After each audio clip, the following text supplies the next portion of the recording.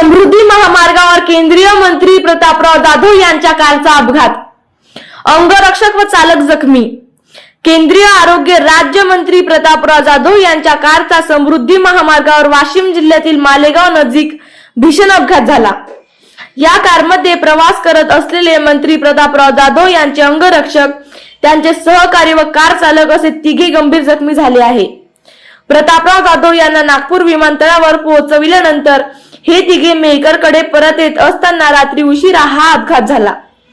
गंभीर जखमींवर वाशिम येथील एका खासगी रुग्णालयात उपचार सुरू आहेत।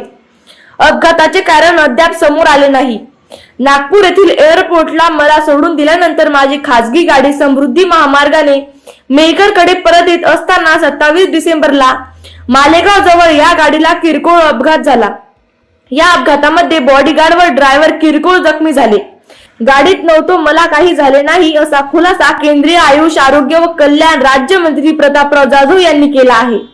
अनेक जण आस्थेने माझी विचारपूस करत आहे, त्या सर्वांचे आभार मानून आपल्याला काहीही झाले नसल्याचा खुलासा त्यांनी केला आहे।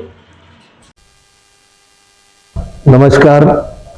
दिनांक 27 रोजी सायंकाळी साधारणतः 8:30-9च्या दरम्यान माझ्या मालकीची आणि माझ्याकडे असणारी इंडिवर गाडी नंबर MH280077 या गाडीचा समृद्धीवर किरकोळ ॲक्सिडेंट झालेला आहे। त्या गाडीमध्ये मी नव्हतो।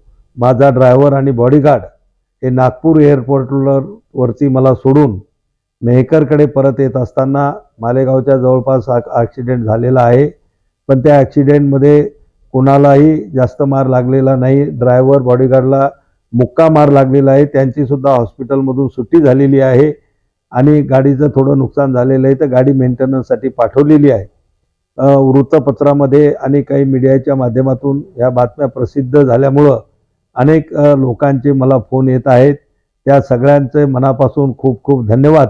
मी गाडीमध्ये नव्हतो, माझी प्रकृती अतिशय उत्कृष्ट म्हणजे चांगली आहे आणि त्या गाडीमध्ये असणाऱ्या ड्रायव्हर आणि बॉडीगार्डला सुद्धा काही मार लागलेला नसल्यामुळं त्यांनाही त्यांची प्रकृती चांगली आहे आणि म्हणून काळजी करण्यासारखा काही विषय नाही।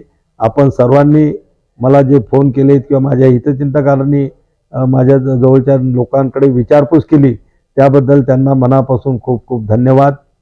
नमस्कार।